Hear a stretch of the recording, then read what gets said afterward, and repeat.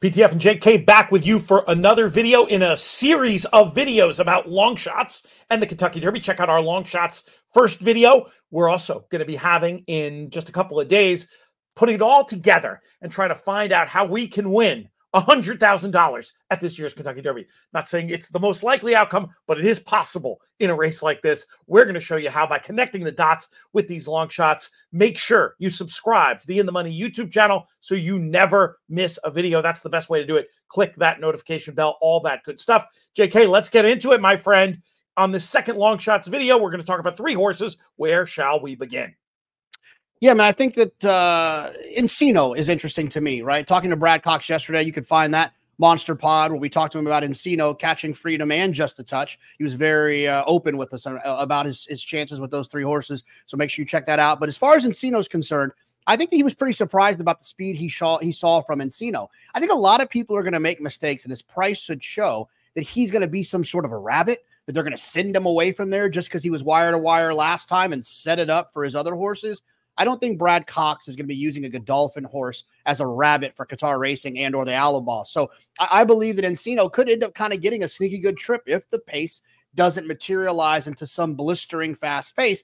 I think that he's tactical enough. I think the pedigree suggests that there'll be no issues going further, and he could work out a nice trip depending where he draws. I think his price will be pretty significant.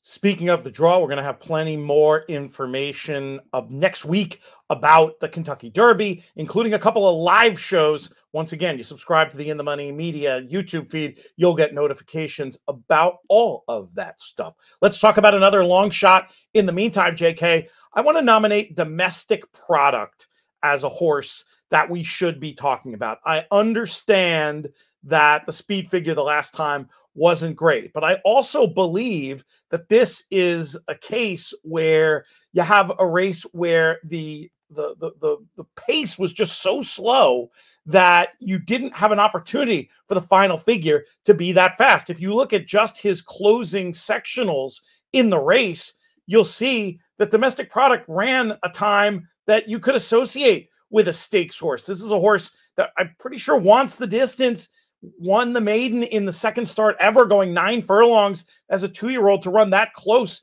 to this Derby distance. I think Domestic Product is a horse I haven't heard much chatter about, but, you know, maybe this is an opportunity where everybody's talking about the one Chad Brown horse, Sierra Leone. Maybe it's the other Chad Brown horse people should be a little bit more worried about.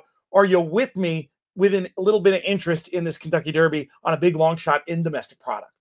Yeah, look, I mean, I think it's interesting. And I always joke when it comes to these long shots, there's been worse horses win the Kentucky Derby than Domestic Product, Encino, some of the horses we've mentioned endlessly that we mentioned in our first long shots video. I'll say this about Domestic Product. The pace wasn't particularly fast in that Tampa Bay Derby. When the pace isn't fast, they can only come home so fast, and they can only run so fast in a final time format. So the final figure is always going to be a little bit lighter in slowly paced races. A little bit out of sight, out of mind. The Tampa Bay Derby feels like it happened last year. I think Domestic Product is interesting. Chad Brown has said it all along. He's had 3 horses that have been his Kentucky Derby types, the best 2-3-year-olds that he's had. Sierra Leone, Domestic Product, and Top Connor. Top Connor likely to run in the Pat Day Mile on the undercard. We'll see how it plays out for those Chad Brown runners. Great info there from you, JK. I think for one thing that's going to affect the chances of these first 2 horses that we talked about is going to be the pace in this Derby. It feels like Encino would probably be suited if they go a little bit slower. Maybe Domestic Product is going to be brought forward if they go fast. We'll have a pace video in a couple of days on the In the Money Media YouTube channel as well. I know there was one more horse you wanted to nominate for discussion as part of this second long shots video we're doing. Who is it, and what can you tell us about him?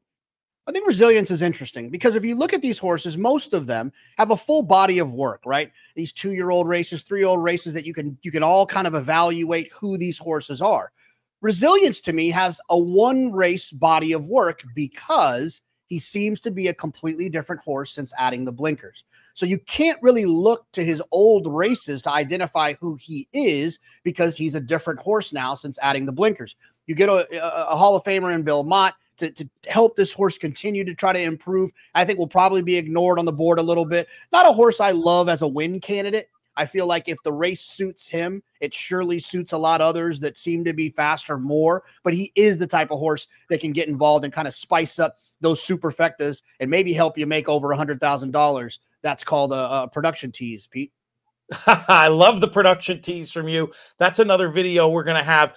Let me say this about resilience, though, before we move on from this discussion. Since the very beginning of the In the Money Players podcast, and yeah, long before there was this YouTube channel, there was a podcast you can still subscribe to wherever you get your podcast. But if there was a bingo card, and at some point there was a bingo card for us, one of the things would have been Bill Mott with a target. There's simply nobody better at getting a horse to peak on the big day, running a career best effort. That's quite often what you're going to need in a race like the Kentucky Derby. As big of a Fierceness fan as I am, I can't say he's going to run a career peak on the first Saturday in May. He's already run so fast. A horse like Resilience, he's on the way up. He's going to be a huge price. I think you're right. Mix in more for underneath than on top. But a horse I have no problem putting on tickets. We'll doubtless talk about him more in the next video. Let us know who you think some of the interesting long shots are. Maybe we can even take them into consideration when we put together our $100,000 how to win $100,000 at the Kentucky Derby video soon. Drop in the comments who you're interested in.